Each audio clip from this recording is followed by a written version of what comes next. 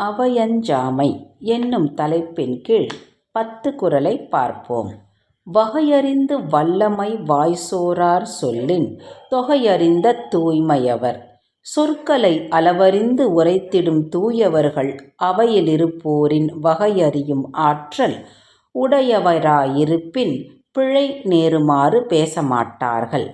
கற்றாருள் கற்றார் எனப்படுவர் கற்றார் முன் கற்ற செலச் சொல்லுவார்.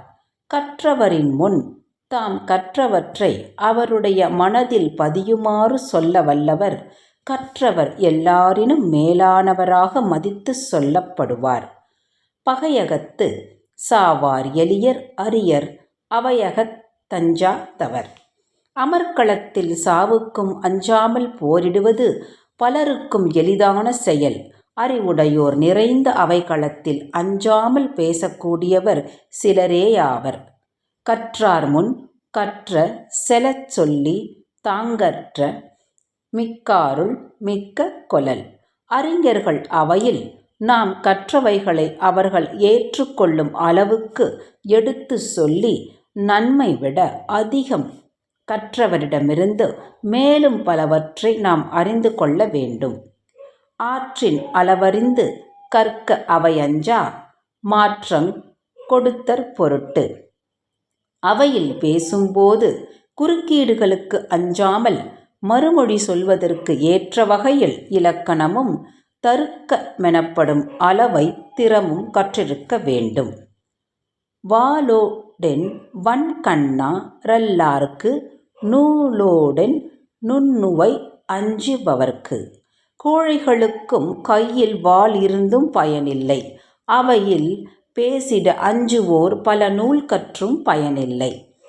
பகையகத்துப் பேடிகை ஒல்வாள் அவையகத் தஞ்சு மவன் கற்ற நூல்.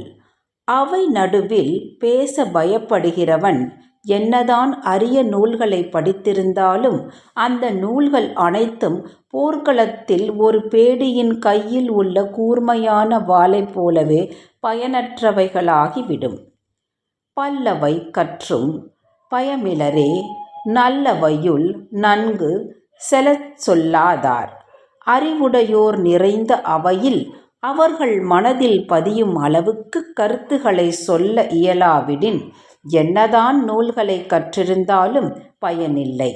கல்லாதவரிற் கடை என்ப கற்றறிந்தும் நல்லாரவை அஞ்சுவார். ஆன்றோர் நிறைந்த அவையில் பேசுவதற்கு அஞ்சுகின்றவர்கள் எத்தனை நூல்களை கற்றறிந்த போதிலும் அவர்கள் கல்லாதவர்களை விட இழிவானவர்களாகவே கருதப்படுவார்கள். உளரெனினும் இல்லாரொடொப்பர் கலநஞ்சிக் கற்ற செலச் சொல்லாதார்.